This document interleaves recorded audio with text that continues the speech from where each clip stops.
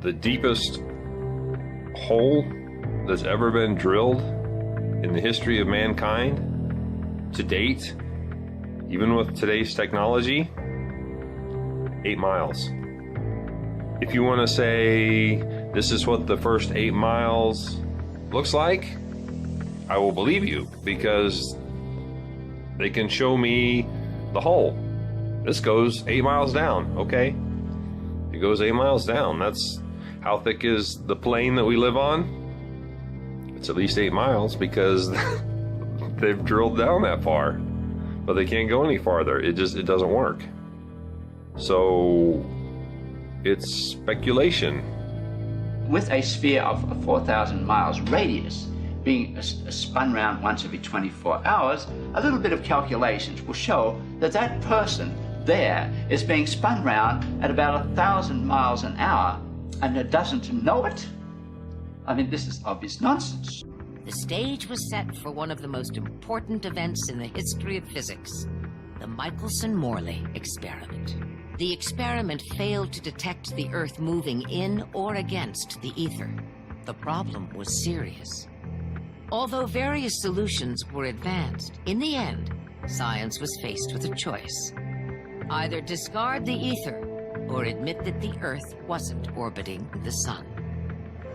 It was Albert Einstein who came up with the solution, which now forms the basis of our physics, and which we call the theory of relativity.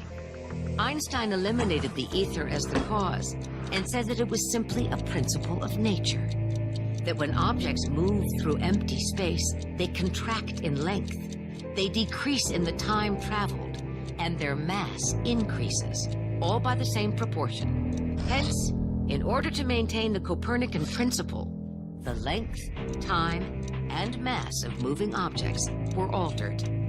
And this is the essence of Einstein's special theory of relativity. All of physics collapses with that experiment. Foucault's pendulums do not uniformly swing in any one direction. Sometimes they rotate clockwise and sometimes counterclockwise.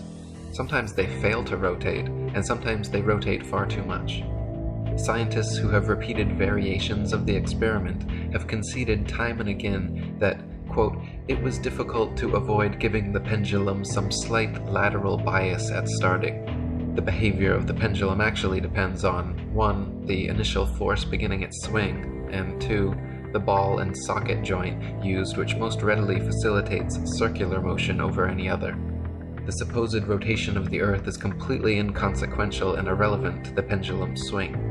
If the alleged constant rotation of the Earth affected pendulums in any way, then there should be no need to manually start pendulums in motion. If Earth's diurnal rotation caused the 360-degree uniform rotation of pendulums, then there should not exist a stationary pendulum anywhere on Earth. It has been said that the pendulum experiment proves the rotation of the Earth, but this is quite impossible, for one pendulum turns one way, and sometimes another pendulum turns in the opposite direction.